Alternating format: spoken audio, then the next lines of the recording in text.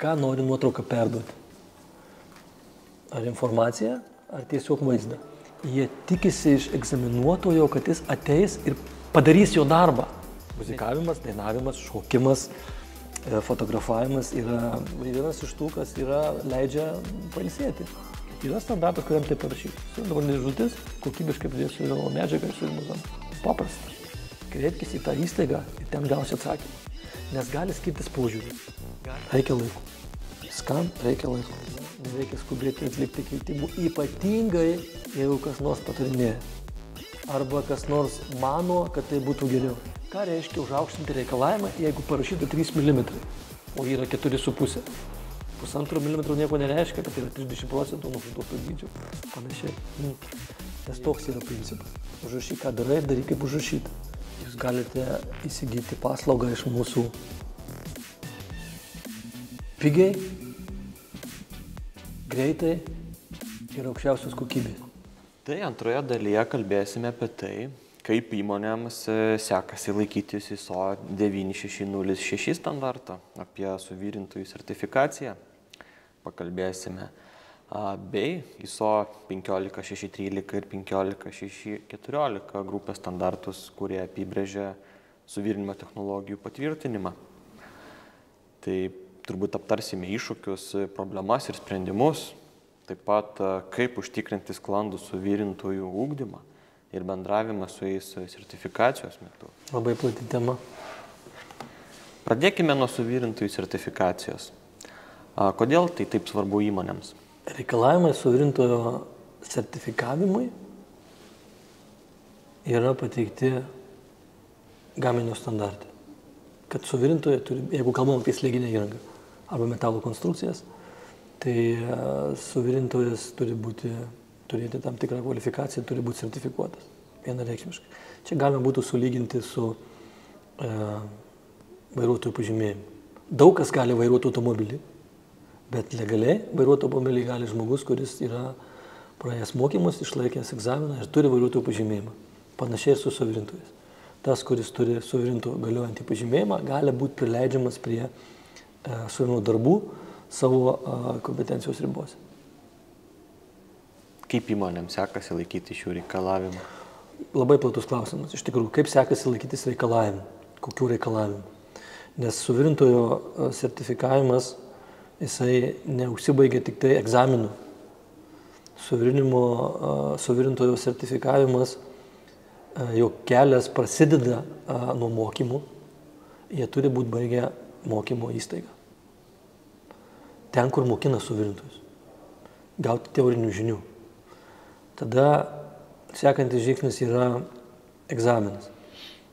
Arba mokymo įstaigoje, pritraukiant trečią šalį, arba įmonėje. Labai populiaru yra įmonė. Ir iš tikrųjų, kada egzaminai vyksta įmonėje, tai yra ta aplinka, kur suvirintojas dirba. Aplinka žinoma, įranga žinoma, jam yra paprasčiau, net tiek streso. Toliau yra rezultatai egzaminų. Čia iššūkis.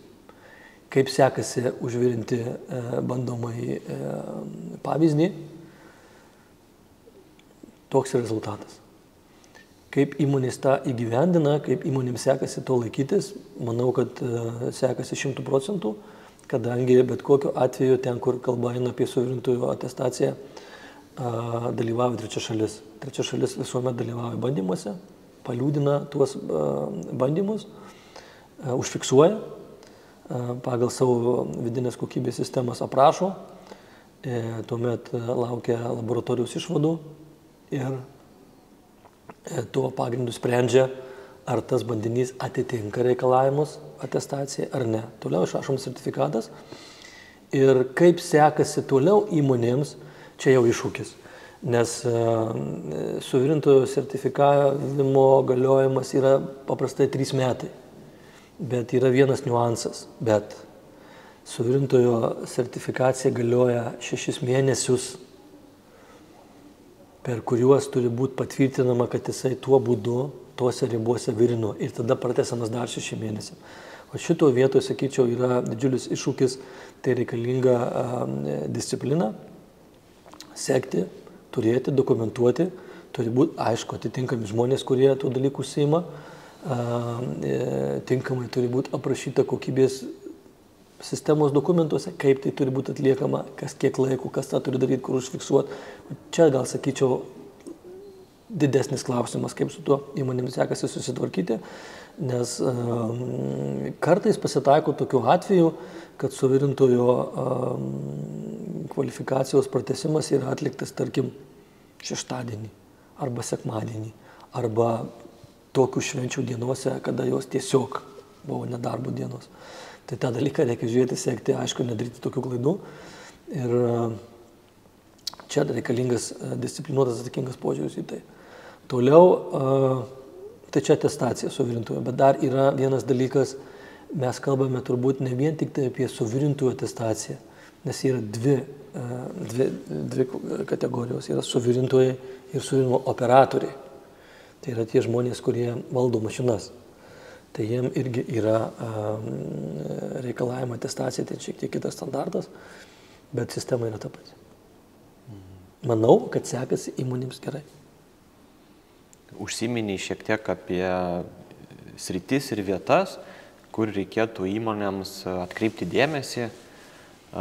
Ką dar galėtum pasakyti įmonių atstovams, į kurias vietas dar reikėtų šiek tiek pridėti akcento, pridėti daugiau šiek tiek dėmesio, ką reikėtų dar patobulinti šitose procesuose?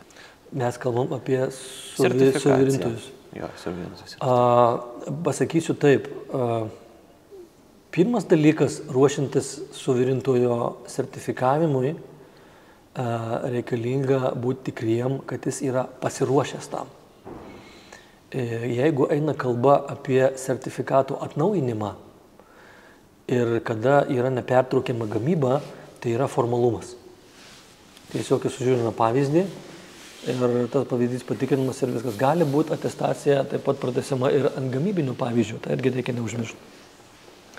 Bet jeigu ateina į įmonę naujas žmogus, arba dabar, kaip yra populiaru, samdomi iš trečiųjų šalių, tai tokiem reikėtų leisti pasipraktikuoti šiek tiek daugiau. Nes būna, kad žmonės, kurie atvažiuoja iš trečiųjų šalių, šiandien dienai pagal mūsų rinkos poreikius, tas yra neišvengiama, jie atvažiuoja iš savo aplinkos. Galbūt jis gyveno šiltuose kraštuose, o čia šiek tiek kitaip. Galbūt jisai virino vienokio tipo gaminius, o čia yra kitaip. Galbūt jisai virino fiksuotose padėtyse, o čia yra kitaip.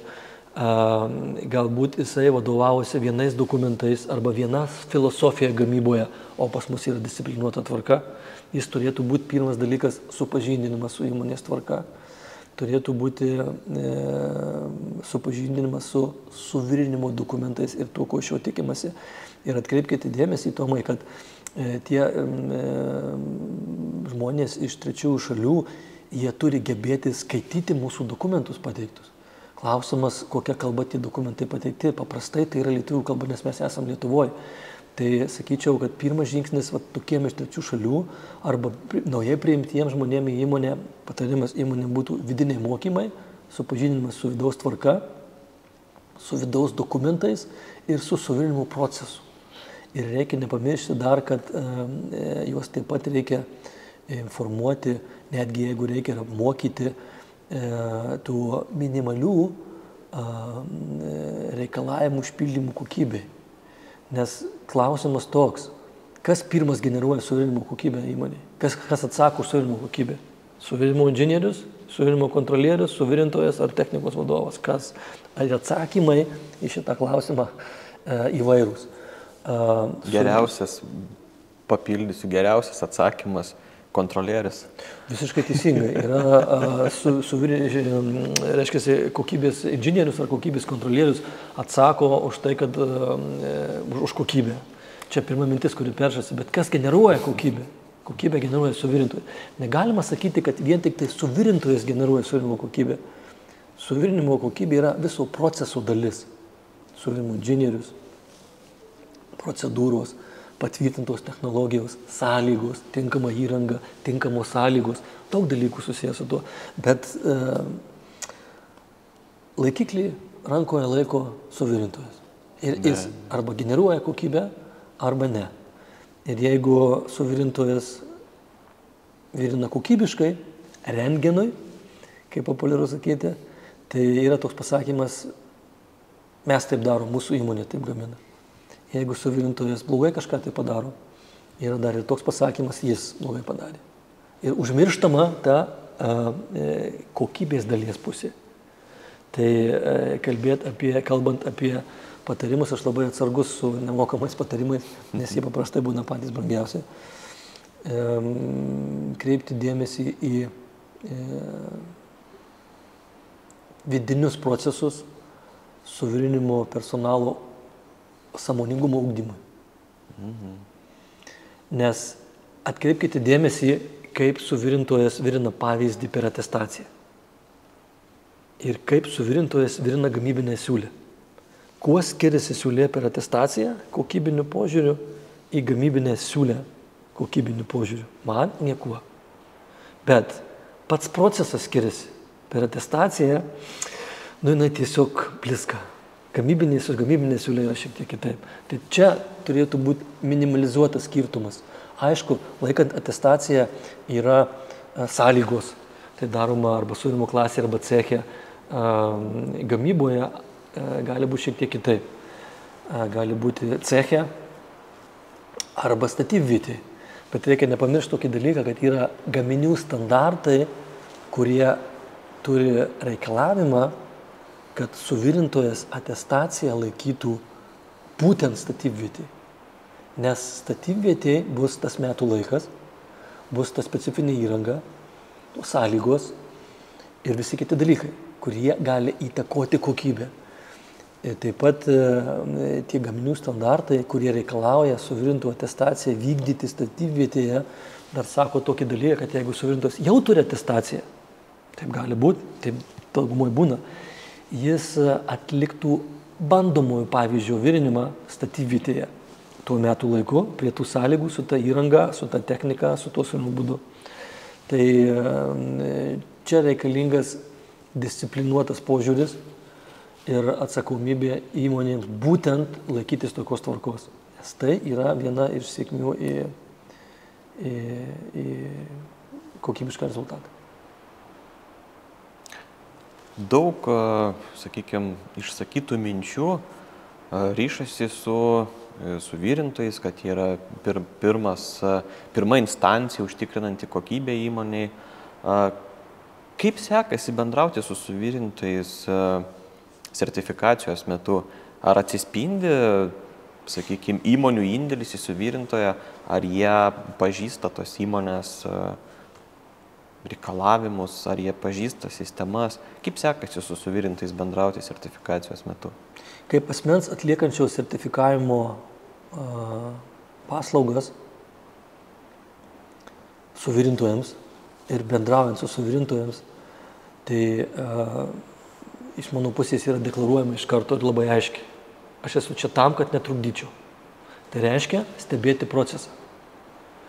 Nes čia ir prasideda bendravimas su suvirintoju.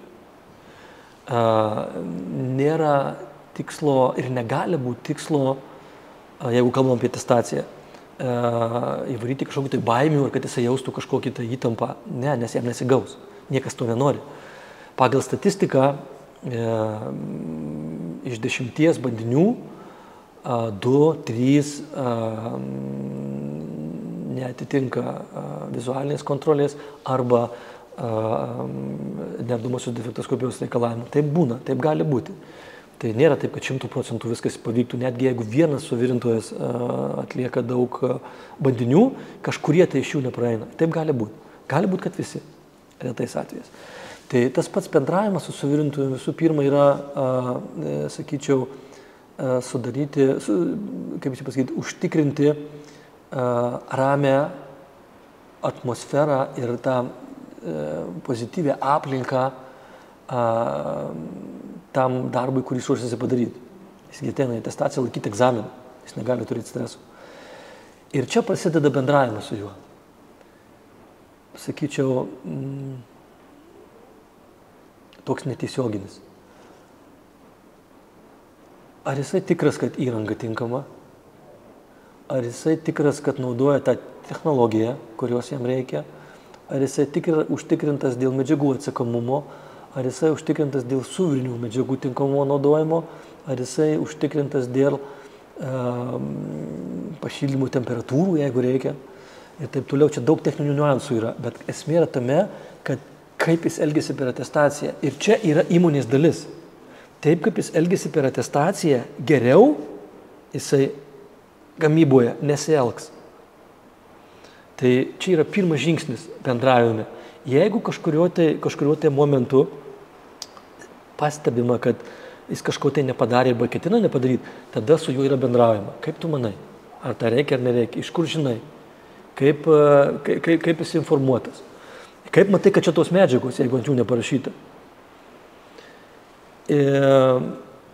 Dar vienas būdas yra toksai, sakyčiau, ne būdas, bet praktinis priėjimas bendraujant su juo, su suvirintoju. Tai palyginsiu kaip mažas vaikas. Jeigu pasakė dėdė, tai vaikas išgirdo ir supranta. Jeigu pasakė tėtė, tai ne visą laiką klauso.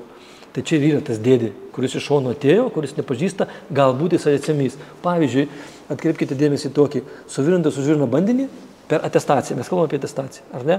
Ir jį reikia apmatuoti egzaminuotojui.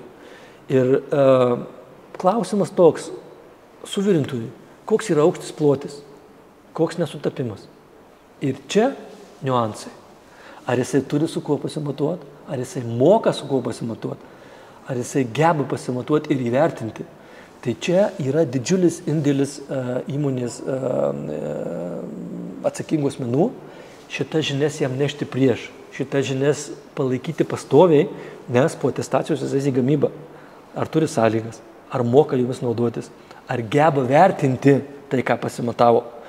Nes grįžtant prie kokybės inžinieriaus, kas atsako už kokybę, tai vėlgi kokia užduotis to kokybės inžinieriaus? Ar ateiti patikrinti tą siūlę, ar patvirtinti, kad gerai padaryta. Čia skirtingo požiūrio perspektyvos. Jeigu jam reikia tikrinti siūlę, ar gerai padaryta, tai galima tik atspėti, koks yra tų žmonių mąstymas ir kaip čia pasakyti, ir supratimas su užbaigti siūlę, kad aš užvirinau ir ateis patikrys, jeigu blogai suremontuosiu. Bet tikimasi ne to. Tikimasi, kad jis užvirino ir jis pirmas mato gerai ar ne. Dėl to jisai minimaliai turi turėti žinių, kad galėtų įvertinti. Taip, jis negali vertinti pats savo atlikto darbo. Tai draudžia kokybės sistemos dokumentai. Pats principas kokybės sistemos, tu negali pats savęs kontroliuoti ir tikrinti. Bet jis gali pateikti gerą daiktą galutiniam įvertinimui, būdamas tikras, kad gerai padaryta, o tam reikia žinių. Tai šiek tiek išsiplėčiau, bet čia ir yra tas bendravimas su suvirintoju per jo atestaciją. Kad jisai suvoktų ir suprastų tuos dalykus, už ką jis tiesiogiai atsako ir ko iš jo yra tikimasi. Ir kada jis tą dalyką supranta, jam daro lengviau. Bent jau tuo tikiu. Nes statybvietėje ko tikimasi iš suvirintųjų? Greičio. Ten, kur didelis greitis, ten visą laiką yra rizika. Bet kokioj srity. Tai trumpai tiek. Puikiai pasakyta, netgi galima pasakyti, kad netgi jau suteikia ir rekomendaciją įmonėms, kokiu keliu turi eiti, ko turi mokinti suvirintojus, kad atestacijos metu būtų visiems paprasta bendrauti. Tiek trečiosios šalies atstovai, tiek už suvirinimą atsakingam personalui, tiek patiems suvirintojams. Reikėtų suvokti tokį dalyką, kad bet kuri sertifikavimo įstaiga yra įmonė atliekanti darbą savo kompetencijos ribose pagal savo sistemas, akredituotas ir visokias kitokias. Ir kada ateina į suvirintojų atestaciją, tai nesertifikavimo įstaiga yra pagrindinė. Ne. Čia dažnai pastebiu tokį dalyką, kad dažnai yra maišoma. Tie suvirinimo inžinieriai ar priežiūros meistrai, jie tikisi iš egzaminuotojo, kad jis ateis ir padarys jo darbą. Netiesiogiai tą dalyką suvokdamas. Bet taip nėra. Egzaminuotojas turi paliudyti kad tą dieną, toj vietoj procesas įvyko, rezultatai yra priimtini, bet procesui vadovauja ir diriguoja įmonė, įmonės atsakingi žmonės. Čia yra dalykas, kuris, sakyčiau, atsakant į tavo prieš tai buvusį klausimą, ką rekomenduoti įmonėm, turėtų būti kreipiamas dėmesys. Jo? Įmonė yra pagrindinė.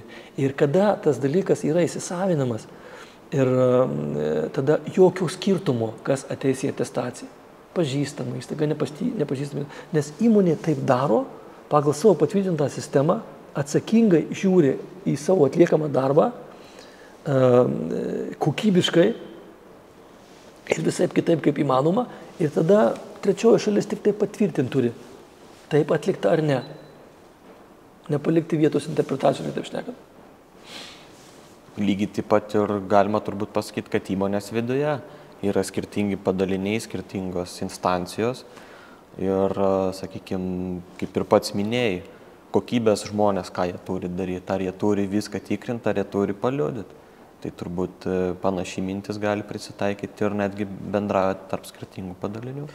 Aš nebejoju, kad ši mūsų diskusija bus diskutuojama įvairiais lygiais, įvairių žmonių ir aišku, mes labai laukčiau komentarų, bet turbūt ir bus ir replikų, nes kiekvienas mato kitaip. Ir tai yra natūralu. Vieni įsivaizduoja, kad yra reikšmingi ir turi būti pagal juos, kiti įsivaizduoja, kad turi būti tik tai taip, kaip pasakyta. Bet vėlgi tas principas yra, pagrindinis principas yra, kas atsako už kokybę įmonėje. Netgi kalbant apie suverenimo atestaciją. Tai ne sertifikavimo įstaiga atsako, kaip organizuota, kaip padaryta. Sertifikavimo įstaiga patvirtina, taip ar ne. Lygiai tas pats su įmonės vidinė kokybės sistema.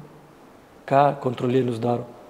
Jeigu kontrolierius turi atlikti dalį darbų, kurie priklauso, tarkim, kito lygio personalui, tai natūralu, kad tokių kontrolierių turi būti daugiau. Bet vėlgi, tada pagrindinis klausimas yra, ar tas kontrolierius gali atlikti darbus už kitus ir paskui vertinti atliktą tą darbą, kaip pats atliko. Nedrįsčiau ginčytis. Aišku, kad ne. Pakalbėjom apie suvirintojų sertifikavimą, atestaciją dar kitaip vadinamą. O kaip su suvirinimo technologijų patvirtinimu? Ar yra kažkokie esminiai niuansai, ką norėtum išskirti, kas vyksta kitaip, ką reikėtų kreipti dėmesį, kokios temos, sakykime, turinčios daugiausiai tokių probleminių vietų? Geras klausimas. Kaip ir į visus kitus galėčiau atsakyti, remdamasis tik asmeninę patirtimį. Suvirinimo technologijos patvirtinimas tai yra pirmas žingsnis suvirinime, kurio reikalauja visi gaminio standartai. Ir jie sako labai panašiai, kad suvirinimas negali būti atliekamas tol, kol nebus patvirtinta suvirinimo technologija. O suvirinimo, kas yra suvirinimo technologijos patvirtinimas? Tai yra bandinio suvirinimas ir jam numatytų bandymų atlikimas, tiek mechaninių, tiek neardamosios kontrolės. Ir jeigu tie bandymai tenkina reikalavimus, manoma, kad tas suvirinimo technologija, procesas, technika atitiks gaminio standarto reikalavimus, jeigu bus pakartotos tos pačios sąlygos. Tai atliekant suvirinimo technologijos patvirtinimą, sakyčiau, čia yra iššūkis įmonei tinkamai pasiruošti. Esu susidūręs su pavyzdžiais, kuomet įmonė tikisi, kad asmuo, kuris turi sertifikuoti, ar įstaiga, kuri turi sertifikuoti suvirinimo technologiją, ateis ir padarys tą darbą, kurį turi padaryti suvirinimo inžinierius. Čia yra vėl klaida. Diriguoja paradų įmonė. Tinkamas pasiruošimas reiškia, turi būti pabandoma suvirinti bandinuką ir jeigu gaunasi bandinys, užfiksuoti tuos parametrus, prie kurių gavosi. Ir tada per technologijos patvirtinimo procesą pakartoti, nes suvirintojas turi virinti pagal suvirinimo procedūros aprašą. Jeigu tai yra suverinimo technologijos patvirtinimas, tai yra preliminarus suverinimo procesų aprašas, bet suvirintojų reikalavimai nesikeičia, jis turi pakartoti. Ir tenai yra vienintelis momentas toksai, kad jeigu skiriasi kažkas tai nuo užduotų parametrų preliminarios suverinimo procedūrų, ją galima keisti, koreguoti. Ar parametrai, ar greitis, ar dar kažkokie tai dalykai, kurie natūraliai gali vykti. Juos galima koreguoti, bet kada pasitvirtina ir tada keisti negalima tuose ribose, kurios apsibrėžia. Tai tinkamas pasiruošimas vėlgi yra disciplinuotas požiūris į kokybę, tam reikalingos sąlygos. Reikia suprasti, kad žmonės turi būti atitraukti nuo gamybos, kad galėtų pasitreniruoti, pasibandyti, ypatingai jeigu eina kalba apie naujas technologijas, naujus suvirinimo būdus, medžiagas, padėtis ar dar kažką tai. Ir šitoje vietoje tas technologijų patvirtinimas yra labai atsakinga proceso dalis. Labai. Galim vėlgi netgi grįžti prie tos frazės, kad raktinis žodis planavimas. Nesikviesk eksperto į savo bandymą daryti, kvieskis ekspertą paliudyti, kad tau pavyko. Nedrįstu prieštarauti. Jeigu mums pavyktų šią idėją paleisti, ir kad jie priimtų, tai 25 metai nepraeitų be blogo rezultato. Taip yra. Ir reikia dar suprasti tokį dalyką, kiek kainuoja technologijos patvirtinimas. Tai vėlgi atsiremia į pinigus. Tai ne pats sertifikavimo kaina kainuoja. Reikia pasiskaičiuoti, kiek įmonei kainuoja technologijos patvirtinimas, nes reikalinga žmonės atitraukti nuo gamybos, reikalinga medžiagas pasiruošti, kartais netgi specialias medžiagas užsakinėja tam. Reikalingos sąlygos, tai yra energija, resursai, galų gale bandymai. Tai suverinimo technologijos patvirtinimo kaina iš tikrųjų yra didžiulė. Tai tam reikia pasiruošti. Tinkamai, kad jinai iš pirmo karto praeitų. Pavyzdžiui, teko susidurti su suverinimo technologijos patvirtinimu, kuomet bandinio užvirinimas trunka 8 valandas. Tai nereiškia, kad 8 valandas įvirina, bet pats procesas nuo pradžios iki galo užtrunka 8 valandas. Tai priklauso nuo storio, medžiagos, vandinio pobūdžio, bet 8 valandas, 10 valandų gali būti. Jūs galite įsivaizduoti, kokia yra kaina ir kiek reikia resursų, reikalinga žmonės atitraukti įmonį nuo gamybos, reikalingas suvirinimo inžinierius, kuris stebi procesą, fiksuoja viską, reikalingas suvirintojas, reikalingas pagalbinis personalas. Viskas tas įmonė kainuoja, dėl to sakyčiau, kad tinkamas pasiruošimas, kaip sakai Tomai, tinkamas planavimas yra tas raktas į sėkmę, kad technologija pavyktų iš pirmo karto. Ypatingai ten, kur reikalavimas dar ir terminis apdirbimas. Ten, kur reikalinga išlaikyti minimalę temperatūrą pašildymo. Ne vien tik tai, kad nebūtų viršinama. Tai yra iš tikrųjų labai atsakingo požiūrio reikalaujantis procesas. Ir šioje vietoje neapsieisim be tos aukštos frazės, kur yra reikalavimas aukštų lygio specialistų kvalifikacija įmonėje, kurie to užsiima. Taip yra. Taip, tikrai. Net galima įsivaizduoti mintise situaciją, kai suplanuojamas eksperto vizitas į technologijos patvirtinimą, atliekamas suvirinimas, na ir ekspertas pastebi, kad pagal šitos parametrus, pagal medžiagą, pagal tai, kam bus skirta suvirinta jungtis, mato, kad reikalingas terminis apdirbimas, o įmonės atstovai nepaskaitė, nepastebėjo, neįvertino, na ir tam net nepasiruošė. O tam, na, iš tikrųjų reikia ir specialios įrangos, ir specialaus personalo mokančio tą atlikti.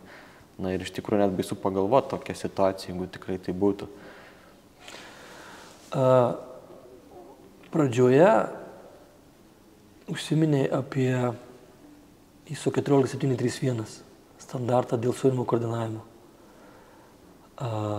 Nuostabus standartas, ten labai konkrečiai aiškiai yra parašyta, kad žmonės, specialistai, kurie dalyvauja suvirinimo koordinavime, konkrečiai suvirinimo inžinierius, kaip pavyzdys, vienas iš tokių asmenų, kuris dalyvauja suvirinimo koordinavimo sistemoje, reiškia, turi turėti pakankamai įgaliojimų ir galių valdyti procesui. Tai reiškia, jeigu suvirinimo inžinierius mato, kad reikia pasiruošimo, tai jo lūkesčiai iš įmonės pusės turi būti patenkinti. Čia vėlgi yra sėkmės raktas į kokybę gale. Jis yra atsakingas, kad vyktų procesas sklandžiai. Ir jeigu jis atsakingas, kad procesas vyktų sklandžiai, jis turi turėti pakankamai kompetencijos ir pakankamai įgaliojimų tam, kad valdytų procesą. Nes jeigu jis neturi įgaliojimų valdyti procesui, tai nesigaus. Paprasta tiesa. Tai ruošiantis suvirinimo technologijos patvirtinimui, tinkamas planavimas, bandymas, kol gausis, pasiruošimas atlikimui, sąlygos, ir sėkmė. Teko neseniai dalyvauti suvirinimo technologijos patvirtinime, kuomet lanko degimo laikas buvo apibrėžtas kaip 6 sekundės.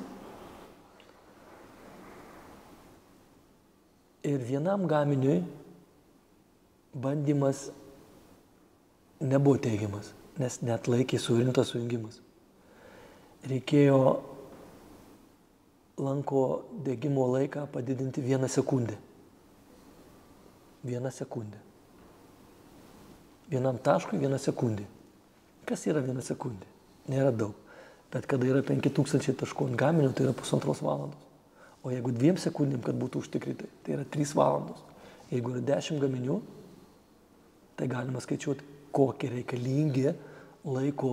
reikalingos laiko sąnaudos, kad gautųsi kokybiškai, padidinus suvirinimo laiką 1 sekundę. Kosmosas. Iš vienos perspektyvos, kaip ir sakai, kas ta 1 sekundė, bet jeigu paimsim platesnį paveikslą, būtent pamatysim, kad tai yra didelis laiko skirtumas, kaip nebuvo tos 1 papildomos sekundės ir kaip atsirado. 1 sekundė yra daug. Kalbant šiomis temomis, dažnai minėjome suvirintojus. Ne tik suvirintojus ir techninį personalą, bet norėčiau pakalbėti apie suvirintojų švietimą. Kaip Lietuvoje sekasi ugdyti suvirintojus? Kaip manai, kaip šita mūsų sritis, ar šiuo metu pakankamai yra ruošiama naujų suvirintojų, kokios kvalifikacijos yra esami, galbūt geri suvirintojai užsienį išvažiuoja ir čia Lietuvoje neturim tų tokių aukšto lygio specialistų. Kokios būtų tavo įžvalgos? Na, man yra žinoma kelios mokymo įstaigos, kurios ruošia suvirintojus, tai yra moko teorinę dalį. Bet kaip gerai bemokėti teorinę dalį, teorinės dalies neužtenka, reikalinga praktika.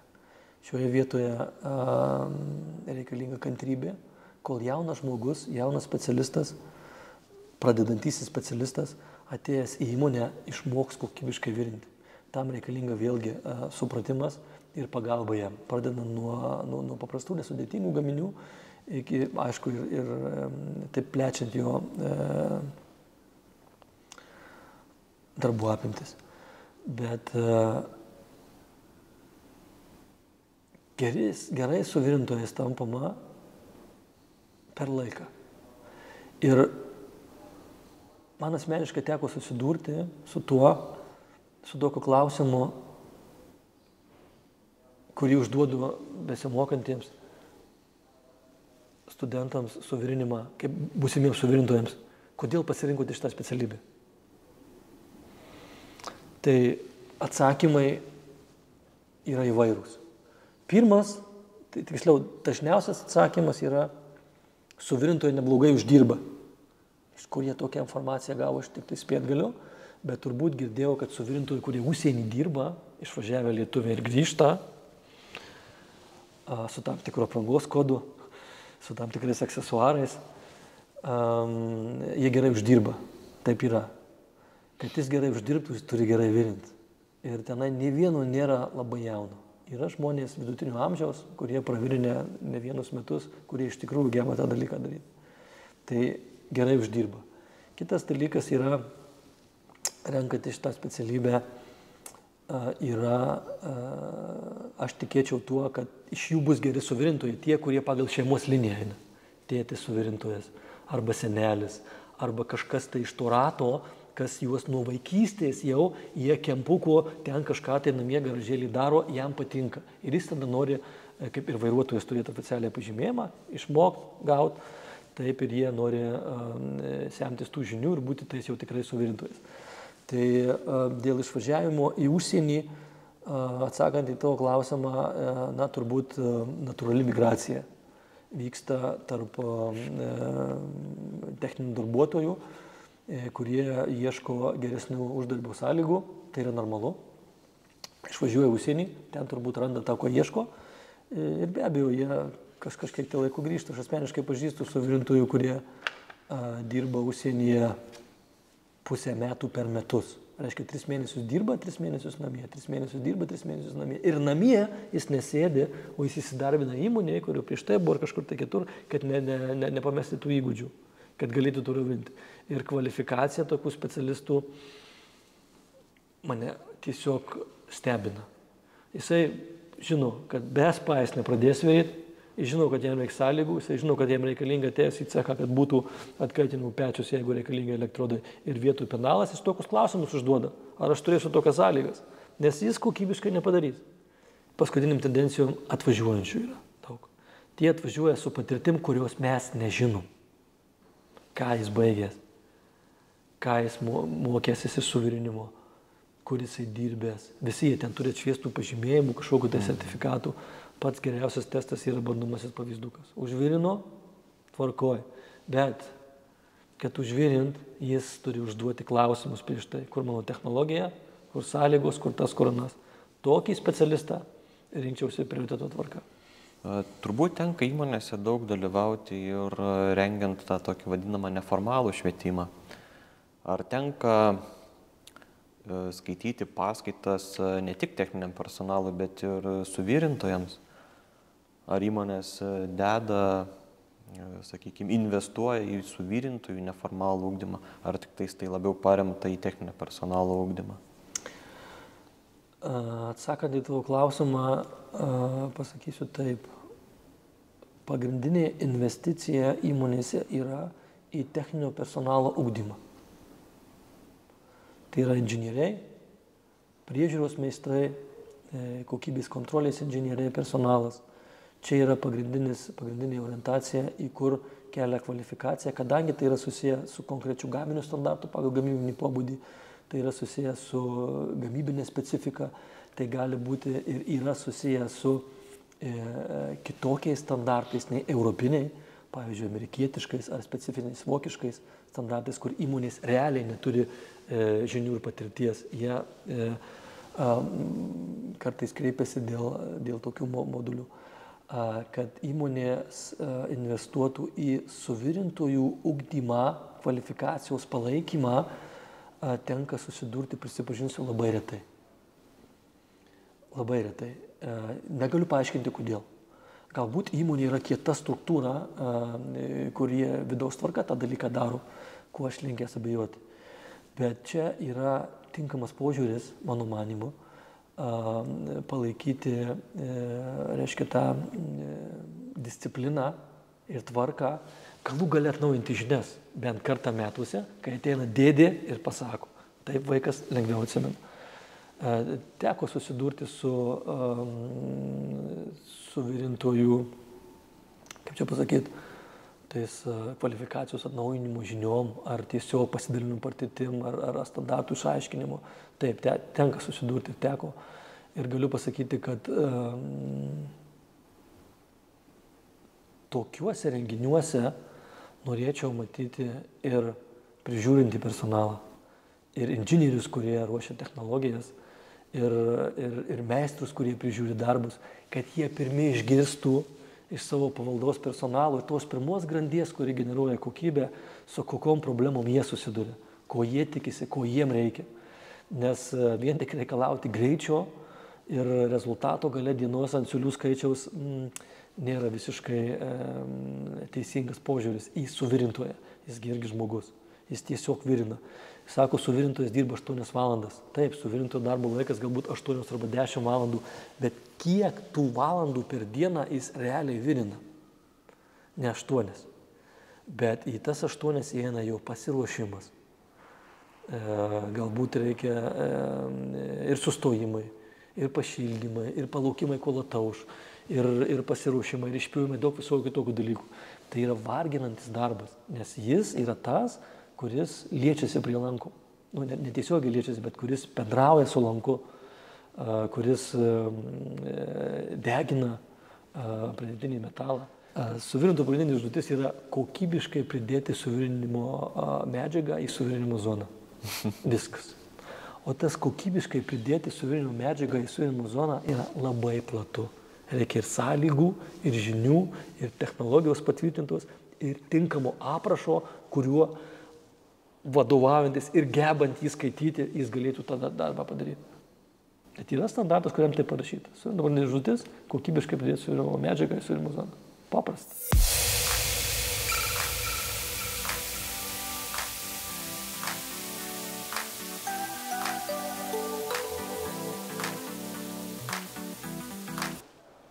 Kur čia kokybė prasideda? Kas gali atsakyti į klausimą?